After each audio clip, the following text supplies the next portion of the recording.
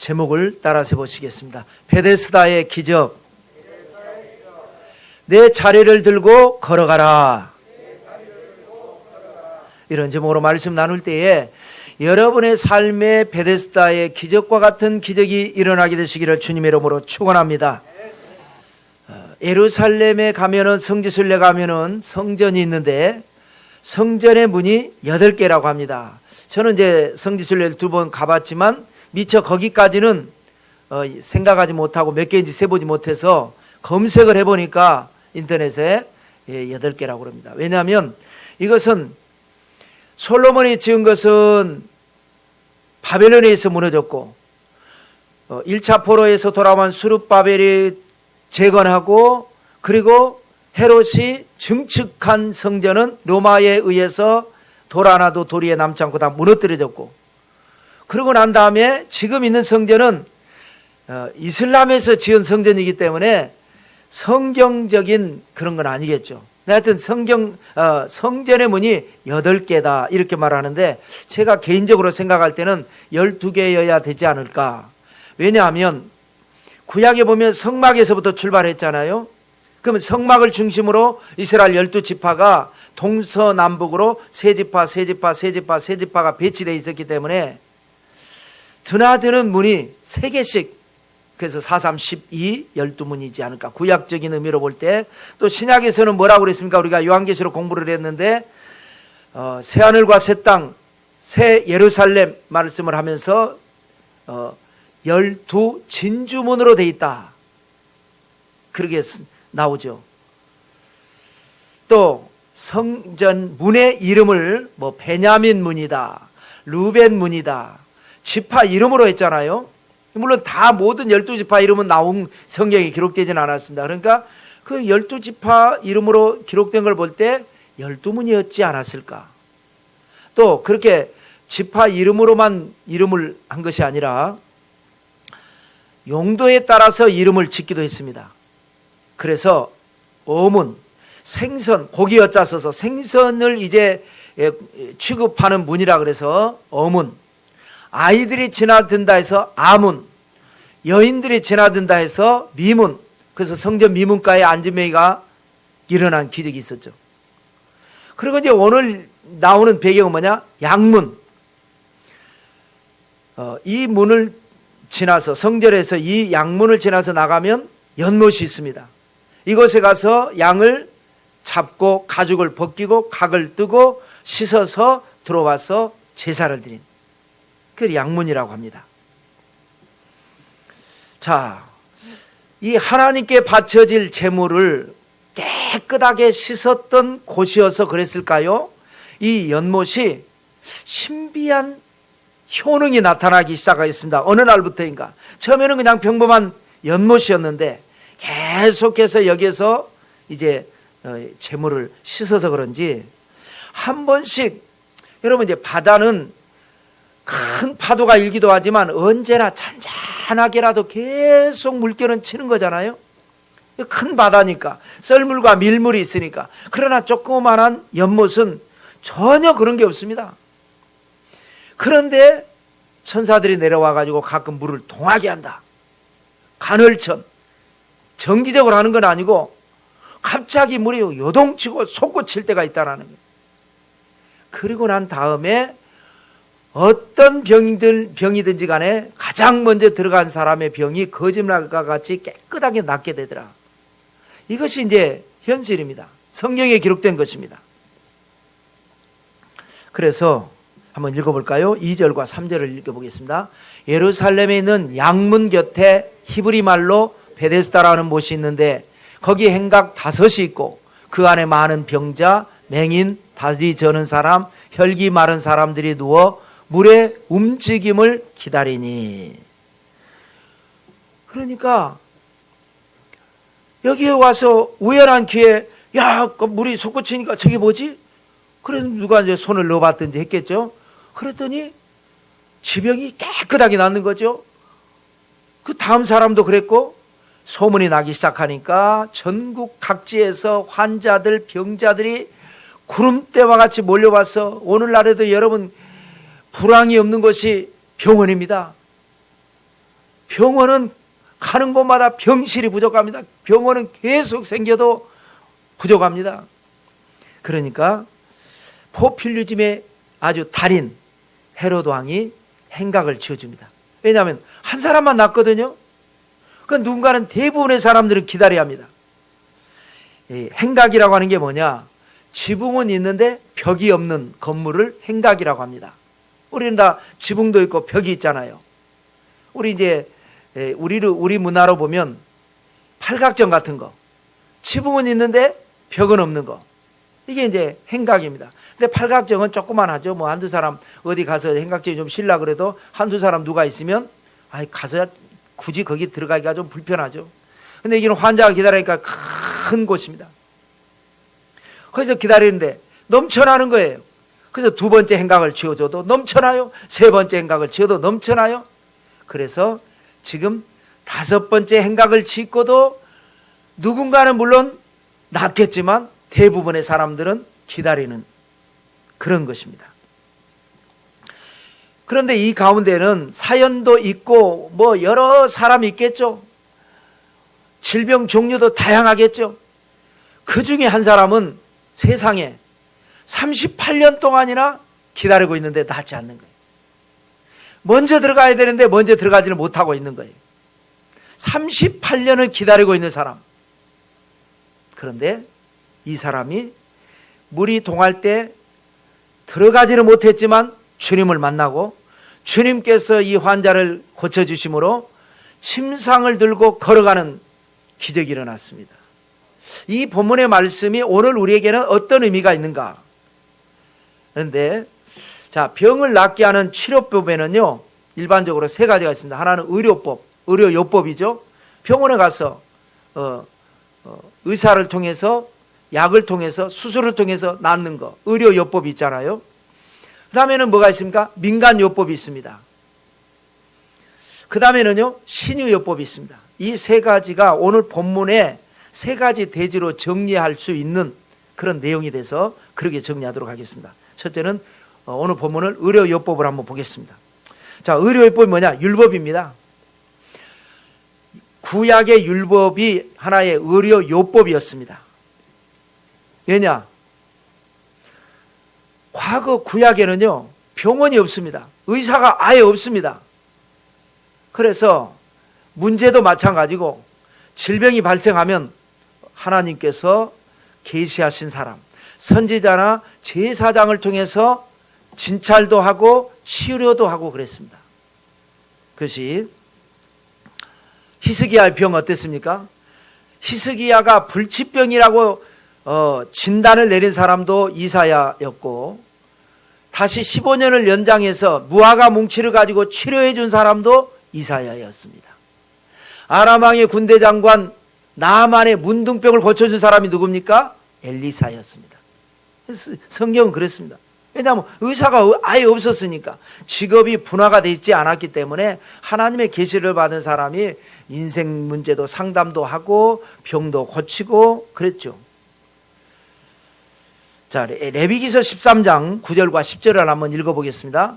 사람에게 나병이 들었거든 그를 제사장에게로 데려갈 것이요 제사장은 진찰할지니라. 피부가 뭐가 잘못되면 병원으로 갈지니라. 왜냐하면 병원이 없었으니까. 이게 없잖아요. 제사장에게 데려갈 것이요 제사장은 진찰할지니라. 이것이 구약의 현실입니다. 그러니까 율법이 의료요법입니다. 그런데 신약에 와서는 어떻습니까? 신약에서는 의사라고 하는 직업이 있었습니다. 누가서를 쓴 사람이 의사입니다. 누가, 의원. 그런데 그럼에도 불구하고 여전히 분업이 확립되지 않았기 때문에 제사장들이 환자를 진찰하고 또 낫게도 하고 그랬습니다. 우리가 잘 아는 대로 문둥병자들이 와가지고 주여 우리의 죄를 용서하시고 우리 좀 낫게 해주십시오 할 때 주님 뭐라 그랬습니까? 낫다라고 선포하시면서 제사장에게 가서 예물을 드려, 모세가 명한 예물을 드려 증거를 삼으라. 제사장이 가서 확실하게 이제 진찰을 이제 나았다라고 하는 확실한 증거를 얻으라는 거예요. 나았으니까. 나았는지 안 나았는지 모르니까. 그래서 병자에게 제사장의 행위는 의료요법이었다. 자, 그렇다면 38년 동안이나 고침받고 못해서 이렇게 고통당하는 이 사람에게는 제사장들도 일말에 100%는 아닐지라도 제사장들도 일말에 책임 있는 거 아니겠습니까? 낫게 해줘야 되는데 낫게 해주지 못하고 있었습니다. 지금까지. 그런데 주님이 오셔서 한 방에 고쳐버렸습니다. 그 얼마나 감사할 일입니까? 내가 할 일을 내가 하지 못했는데 누군가가 와서 해줬어요. 얼마나 감사할 일입니까? 그런데 현실은 고마워하기는커녕 문제를 삼습니다. 오늘 본문에 10절과 건너뛰어서 16절을 읽겠습니다. 유대인들이 병난 사람에게 이르되 안식일인데 내가 자리를 들고 가는 것이 옳지 아니하니라. 그러므로 안식일에 이러한 일을 행하신다 하여 유대인들이 예수를 박해하게 된지라. 환자는 환자대로 야 안식일인데 이거 일어나면 안 되지. 또 치료해준 예수님에게 안식일에 병 고치면 안 되죠.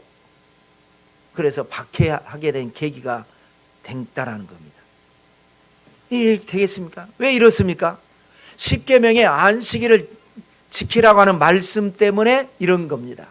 우리 십계명 한번 볼까요? 출애굽기 20장 8절 9절 10절의 말씀을 읽겠습니다. 안식일을 기억하여 거룩하게 지키라. 엿새 동안은 힘써 내 모든 일을 행할 것이나 일곱째 날은 내 하나님 야훼의 안식일인즉 너나 내 아들이나 내 딸이나 내 남종이나 내 여종이나 내 가축이나 내 문 안에 머무는 객이라도 아무 일도 하지 말라. 자, 여기에서 중요한 말씀이 뭡니까? 8절입니다. 안식일을 기억해서 거룩히 지키라. 왜냐하면 안식일을 기억하는 게 쉽지 않습니다. 왜? 9절에 보면 엿새 동안 힘써 내 모든 일을 마음대로 하잖아요. 세상에 살다 보면 사람은 일관성의 법칙에 의해서 어떤 일을 하다 보면 계속 하게 됩니다. 우리가 장거리 여행을 가게 되면요, 교대로 운전하기로 해놓고 막상 운전대 잡으면 계속 하게 됩니다. 세상에서 열심히 살다 보니까 그냥 그 일을 하게 됩니다. 그거를 오늘은 내일은 안식일이지, 오늘 좀 목욕도 하고 좀 준비해서 내일 예배 드려야지. 이게 쉽지 않습니다. 그래서 아예 십계명의 율법에 넣은 겁니다. 안식일은 기억해라. 거룩하게 지키라.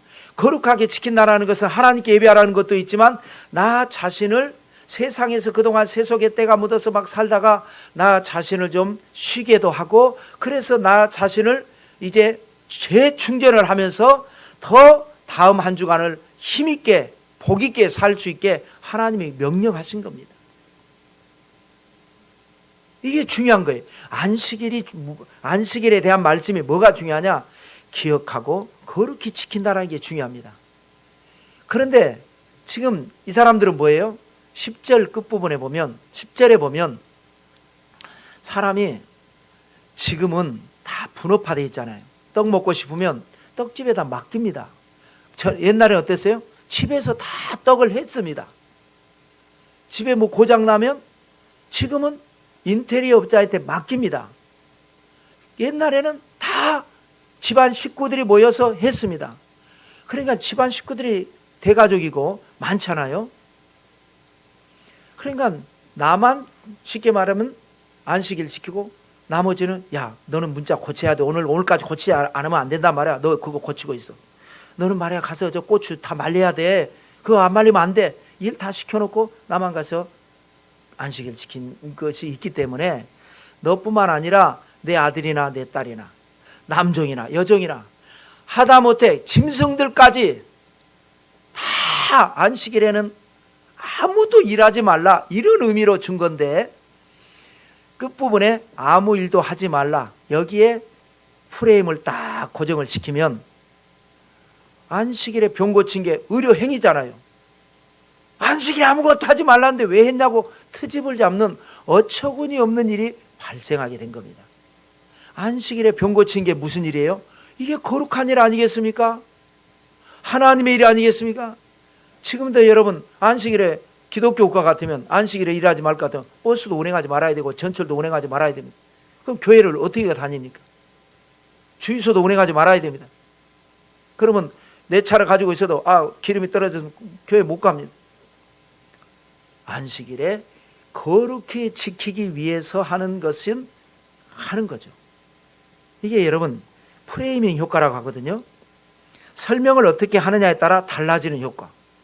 그래서 우리가 뉴스를 보면, 정치를 보면 똑같은 걸 보고 이런 관점에서 본 사람은 좋다 하고 잘했다 하고, 이런 관점에서 본 사람은 잘못했다 하고 틀렸다 하고 그러잖아요. 이게 프레이밍 효과입니다. 피로회복제 선전할 때 어떻게 합니까? 타우린 1000mg 들었다 하면, 타우린이 뭔지는 모르지만 제 사전 찾아보니까 간을 해독시키는 기능을 갖고 있대요. 근데 뭔지는 모르지만 타우린 1000mg. 1000mg이 뭐예요? 1g입니다. 조금 들어간 겁니다. 1g. 그런데 1000mg 하니까 대단한 것 같이, 이게 이제 프레이밍 효과죠. 어떻게 하냐에 따라. 이 프레이밍 효과를 설명하는 과정에서 나온 이제 예화입니다. 제가 한번 말씀드린 적이 있는데, 예를 드는 거예요. 기독교와 천주교는 다르죠. 기독교는 주의 종들이 결혼은 하잖아요. 그런데 술, 담배는 안 하죠.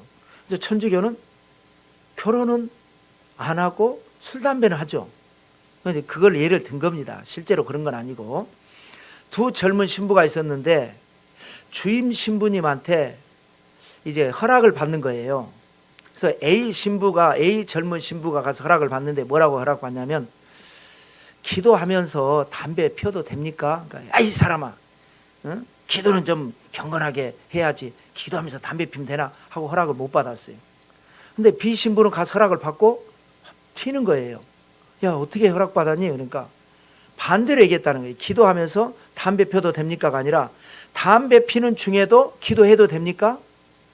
그럼 담배 피는 중에도 마음속으로 기도하고 그러면 되지.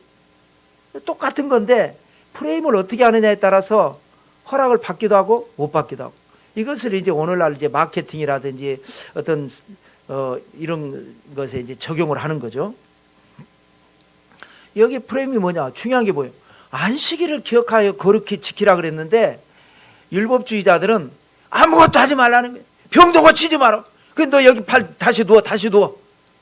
이렇게 되니까 이것이 참된 사랑도 아니고 효과도 아니고 잘못된 것이다. 오늘날 의료도 그러지 않습니까? 여러분, 이 세상에서 절대 불황이 없는 직업이나 이게 병원업입니다. 그럼 병원 가면 우리 병을 고쳐주나요? 아니죠. 내 스스로 이길 수 있도록 진통제, 해열제 혹은 또 수술해서, 그러고 난 다음에 내가 스스로 이겨야지, 도와주는 역할이지 병을 낫게 해주는 거 아닙니다. 때로는 어떤 경우 몇 년 병치레하면서 돈을 잔뜩 다 부었어도 죽으면 그거 물어내라고 할 수 있나요? 아닙니다. 아무 소리 못하고 하는 겁니다. 의사 선생님들이 들으면 저한테 뭐라 그러겠지만 그렇다 이겁니다. 자, 두 번째로는 민간요법으로 한번 오늘 본문을 또 들여다보자고요. 베데스다 연못이 이 온천욕, 이게 민간요법입니다. 정규 의학이 아닌 민간에서 전해 내려오는 요법. 좋게 말해서 민간요법이고, 나쁘게 말하면 돌팔이, 야매 이런 걸로도 우리가 많이 얘기했죠. 여러분, 우리나라 88 올림픽이 있었던 1988년도에 MBC 방송국에서 전국 시청자들에게 제보를 받아가지고 만든 책이 있습니다. 그 책이 무슨 책이냐? 한국 민간요법 대전이라고 하는 책이 있다고 합니다. 예를 들어서 여러분 어떻습니까? 배 아플 때 배를 쓰다듬든지, 따뜻한데 배를 깔고 눕든지, 그럼 좀 낫잖아요. 이게 민간요법입니다. 왜 그러는지는 알 수 없지만, 근데 우리가 무슨 의학대학에 가서 배운 건 아니지만 그랬습니다. 벌레 물리면 어떡합니까? 침 바릅니다. 약이 없을 때는. 거지왕 김춘삼 일대기를 읽어보면 어떻습니까? 싸우다가 곡괭이로 머리를 맞죠. 머리가 깨집니다. 된장 바르고 붕대 감고 했다 그러죠. 그 된장에 효과가 있는지는 알 수 없지만 하여튼 그런 민간요법이 있습니다. 그러니까 민간요법이 나중에 이제 과학이 발달하면서 굉장히 일리가 있는 경우도 있고 엉터리인 경우도 있고 그랬죠. 뭐 감기 걸리면 생강 대추를 달여 먹으면 효과가 있다. 이거는 과학적으로도 인정됐죠. 또 버드나무 껍질을 달여 먹으면 해열 진통에 효과가 있다. 이런 것도 맞는 것 같고요. 뱀에게 물리면 어떡합니까? 그 독이 퍼지면 안 되니까 쭉 빨아서 뱉으라 그러는데 그건 안 맞다는 거예요, 과학적으로. 왜 안 맞냐? 사람의 입속에도 바이러스가 많이 있다라는 거예요. 그래서 이거를 빨면 이 혈관을 통해서 들어가서 어떤 경우에는 꼭 그런 거 아니지만 독사의 독보다 더 위험할 수 있다라는 거예요. 이거는 안 된다는, 그렇게 하지 말고 이것이 더 퍼지지 않도록 심장 쪽에 묶고 이렇게 기다리고 응급처치하라는 거죠. 그 다음에 이제 목욕, 온천욕도 이거는 우리나라의 뭐 오래된, 왜냐하면 조선조 7대 임금인 세조 임금이 아주 심한 피부병으로 인해서 굉장히 고생을 했는데 온양 온천에 가가지고 목욕을 하고 깨끗하게 나았다. 그래서 우리나라는 온천욕을 많이 좋아하죠. 자, 오늘 성경에도 이 베데스다 연못이 바로 민간요법입니다. 천사가 한 번씩 와서 물을 동하게 하는 거예요. 이 연못에 동할 일이 없는데 갑자기 물이 팍 솟구치면서, 그러고 난 다음에 먼저 들어간 자는 어떤 병에 걸렸더니 다 낫게 되더라는 거예요. 자, 4절을 한번 읽어보겠습니다. 이는 천사가 가끔 못에 내려와 물을 움직이게 하는데 움직인 후에 먼저 들어가는 자는 어떤 병에 걸렸든지 낫게 되미려라. 자, 여기서 중요한 말은 뒷부분이죠. 어떤 병에 걸렸든지 낫게 된다는, 얼마나 좋습니까?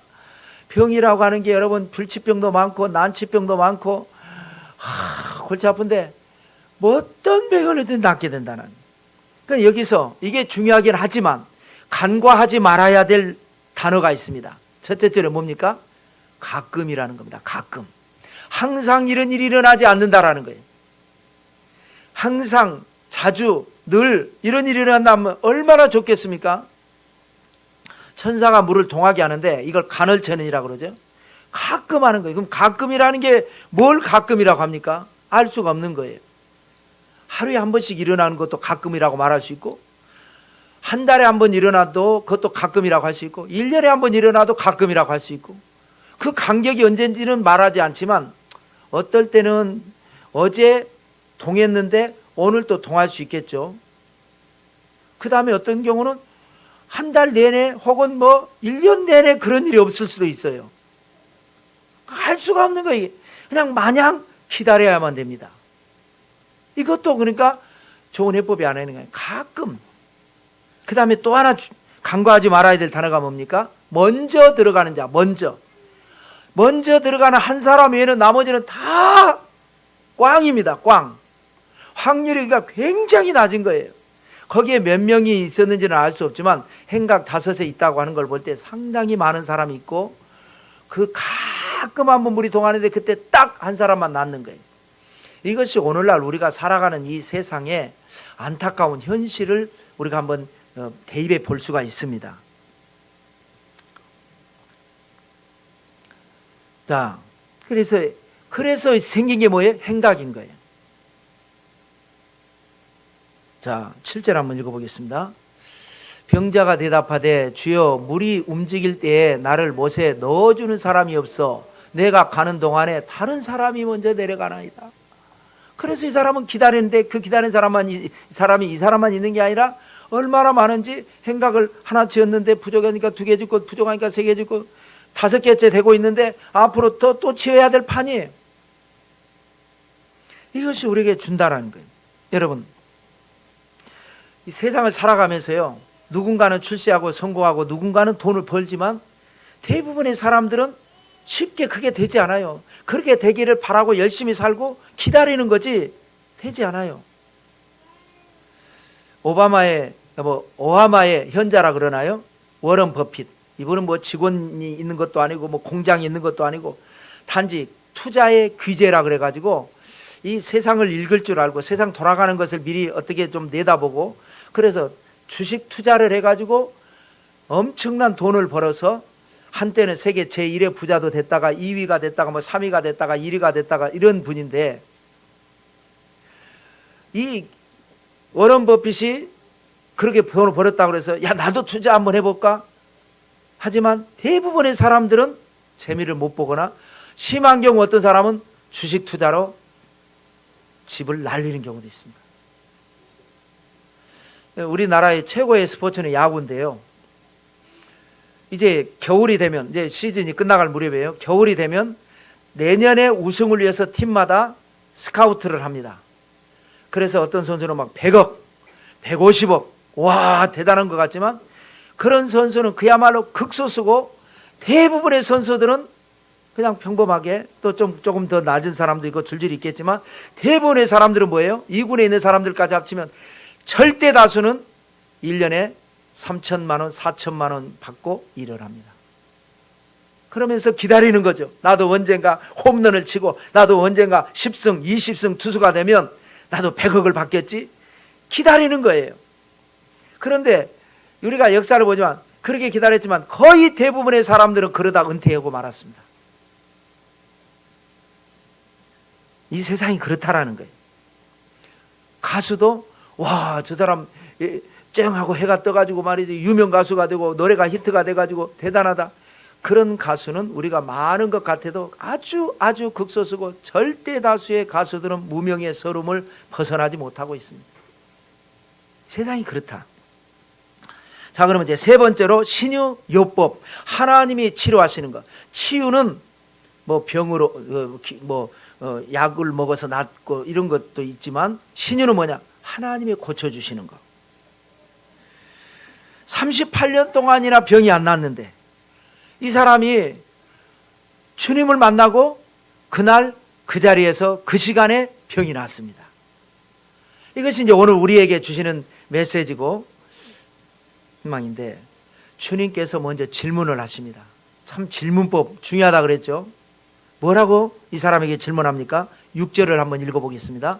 예수께서 그 누운 것을 보시고 병이 벌써 오래된 줄 아시고 이르시되 내가 낫고자 하느냐. 여러분, 이런 바보 같은 질문 있나요? 환자한테 낫기를 원하느냐고 묻는 바보 같은 질문이 세상에 어디 있습니까? 낫기를 원하지 않는 환자가 세상에 어디 있겠습니까? 그것도요, 보시고 그랬잖아요. 봤어요. 그래서 보고는 벌써 딱 보니까 이 사람 병이 오래된 병, 뭐 38년인지 37년인지 이것까지는 몰라도 아주 오래됐구나라는 것을 아시고 알면서 하시는 말씀이 낫고자 하느냐. 여러분, 사람이 죽고 사는 게 마음에 달려있다는, 마음에. 사람이, 아픈 사람이 낫기를 원하지 않는 사람이 어디 있으며, 물질로 고통당하는 사람이 장사가 잘 돼서 부자 되기를 원하지 않는 사람이 어디 있으며, 결혼 정년기에 있는 사람이 좋은 짝을 만나서 결혼하기를 원하지 않는 사람이 어디 있으며, 결혼한 사람이 정말 아들, 딸 잘 낳고 살고 싶지 않은 사람 어디 있겠습니까? 그런데 여기서 주님께서 낫고자 하느냐, 이 말은 마음을 물어본 게 아닙니다. 마음은 있겠죠. 의욕을 말합니다. 의욕은 뭐예요? 불꽃처럼 튀는 것을 말합니다. 사람은 처음에는 누구나 의욕이 있어요. 누구나 의욕이 있습니다. 그런데 병이 오래되거나 문제가 오래되면, 만성이 돼버리면 마음은 여전히 있죠. 마음은 있지만 그 열정이 사라져버리고 의욕이 꺾어져 버리고, 그것을 아시고 주님께서 이 사람의 마음을 지금 움직이게 하는 겁니다. 죽어버린 마음, 물속에 가라앉은 것처럼, 납처럼 가라앉은 것처럼 그런 마음을 지금 움직이게 하는 겁니다. 그래서 베데스다의 기적이라고 하는 것은요, 연못에 물이 동하는 것이 아니라 주님께서 우리에게 찾아오셔서 우리 마음을 움직이게 하시는 기적. 여러분이 기적의 주인공들이 다 되시기를 주님의 이름으로 축원합니다. 마음을 움직여야 돼. 근데 왜냐하면 살다가 보면 이제 마음이 그냥 자포자기도 되고 마음이 주저앉아 버린 경우가 많단 말이에요. 왜? 해봤잖아요. 했는데 안 되잖아요. 그럼 마음이 주저앉아진다고. 그거를 건드려서 동하게 하는 게 뭐냐? 내가 낫고자 하느냐? 처음에는 그랬을 거예요. 아니 뭘 몰라서 물으시나? 낫고 싶지. 근데 생각해보니까 맞아. 옛날에 내가 처음에는 특이해서 낫겠다고는 마음이 있었는데 지금은 내가 만성이 되다 보니까 내 마음이 많이 주저앉아 있구나 하면서 마음이 꿀툴거리기 시작하면서 내가 이래서 안 되지? 마음이 동한단 말이에요. 마음이. 그리고 난 다음에 마음이 동하고 나니까 주님께서 말씀을 선포하시는데 그것이 바로 8절과 9절인데 읽어보도록 하겠습니다. 8절과 9절을 읽겠습니다. 예수께서 이르시되 일어나 내 자리를 들고 걸어가라 하시니 그 사람이 곧 나아서 자리를 들고 걸어가니라. 아멘. 여러분 우리가 어떤 일로 인해 가지고 뭐 팔을 다쳤거나 다리를 다쳤거나 해서 좀 기부스에서 좀 하면은 이거 기부스 풀었고 다 나아도 한동안 재활 이거 좀 필요합니다. 38년 동안이나 누워 있었는데 그런데 하나님의 역사는 그날 그 시간 그 자리에서 재활도 필요 없이 자기 자리까지 들고 일어나서 가버렸습니다. 이것이 하나님의 역사입니다. 우리에게 하나님의 역사가 일어나는 비결이 뭐냐? 하나님은 지금도 말씀하고 계십니다. 끊임없이 사랑하는 자여 내 영혼이 잘되고 내 범사가 잘되고 강건하기를 간구하노라. 두려워 말라. 내가 너와 함께함이라. 놀라지 말라. 나는 내 하나님이 됨이라. 아무것도 염려하지 말고 오직 모든 일에 기도와 간구로도 구할 것을 감사함으로 아뢰라. 끊임없이 하나님은 우리를 말씀을 선포하고 계십니다. 그런데 우리에게 기적이 일어나지 않는 이유가 뭡니까? 우리 그러기 전에 우리 마음이 동해야 된다라는 거예요. 마음이 열려야 된다라는 거예요. 아멘. 그 말씀이 내 말씀입니다. 할렐루야.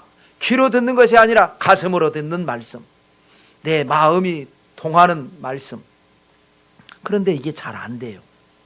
솔직히. 이게 우리 현실이에요. 우리는 뭡니까? 교회는 뭐라 그랬죠? 에클레시아. 에클레시아는 뭐라 그랬죠? 부르심을 받은 사람들의 모임. 하나님이 우리를 한 사람 한 사람 불러서 사랑과 은혜교회 성도로 앉혀놓았습니다. 웬 말인지 왜 넣는지 선택받은 은혜입니다. 우리가 아직 하나님의 부르심을 받지 못한 안 믿는 사람보다 뭔가 나아서가 아니라 뭐 나은 것이 있을 수도 있고 아닐 수도 있는데 그게 기준이 아니라 하나님이 우리를 선택하신 거예요. 그걸 은혜라고 그럽니다. 그래서 우리는 지금 현재 어찌됐건 그리스도의 신부로 간택된 사람들입니다. 그래서 이제 간택돼서 이제 그 신부 수업을 받는 거예요. 쉽지는 않는 거죠. 근데 우리는 여기에서만 하면 좋겠는데 세상에 나가서 또 열심히 살아야 되잖아요. 살다 보면 세상에 또 방식이 또 헷갈립니다. 헷갈려요.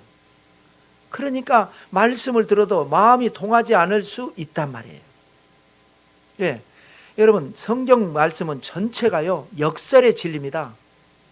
그렇잖아요. 역설의 진리. 한 알의 밀이 땅에 떨어져 죽지 않으면 그대로 있다. 죽으면 많은 열매 맺는다. 안 죽고 열매 맺으면 좀 안 되나요? 죽어야 된다는 거예요. 죽어야.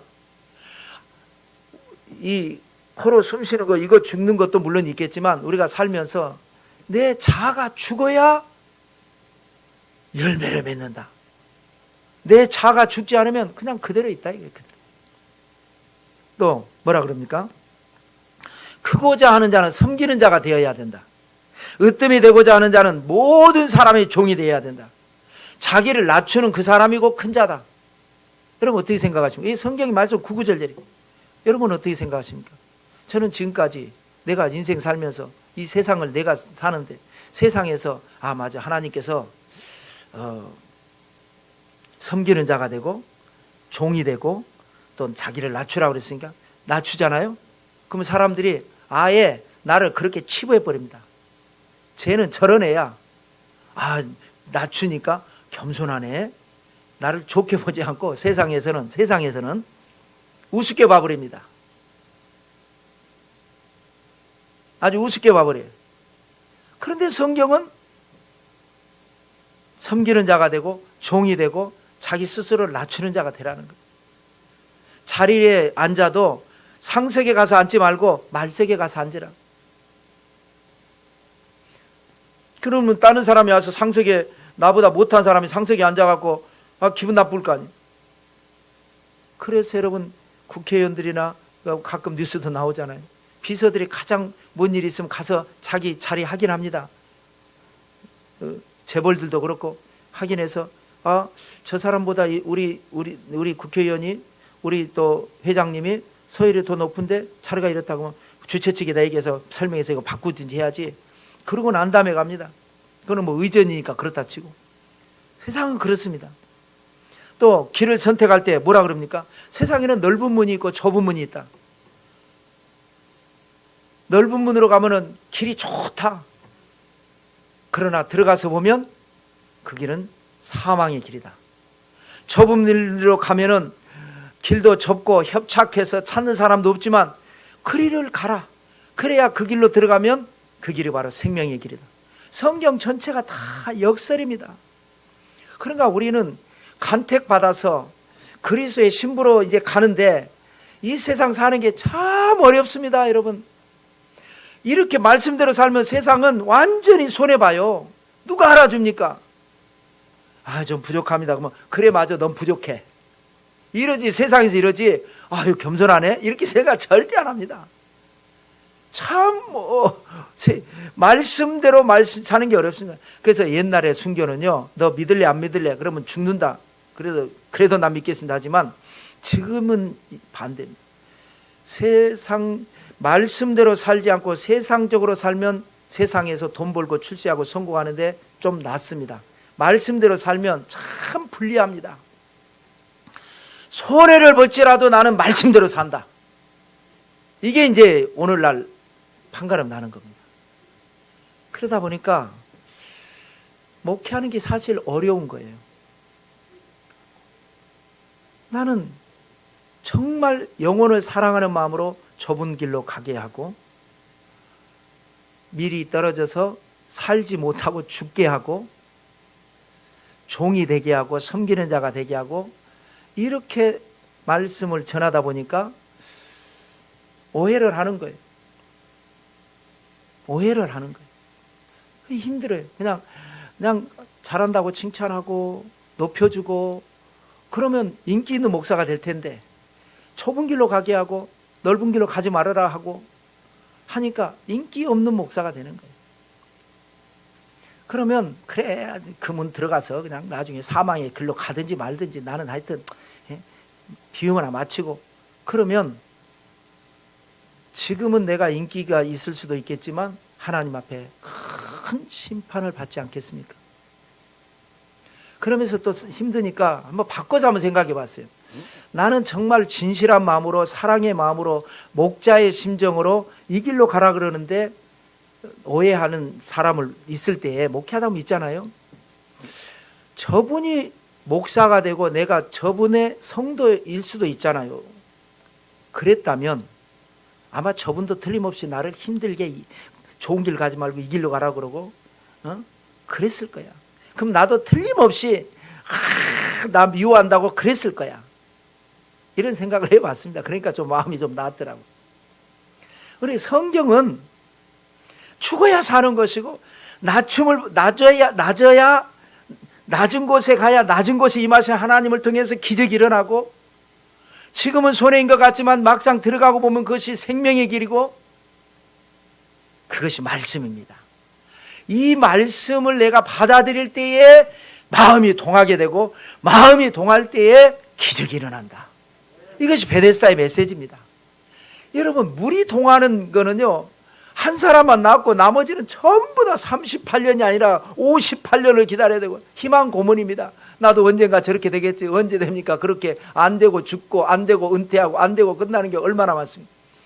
물이 동하는 베데스다도 베데스다겠지만 마음이 동하는 베데스다. 그러면 마음이 동하기만 하면 언제든지 기적이 일어나고 하나님께서 역사하시고 축복하시는 베데스다.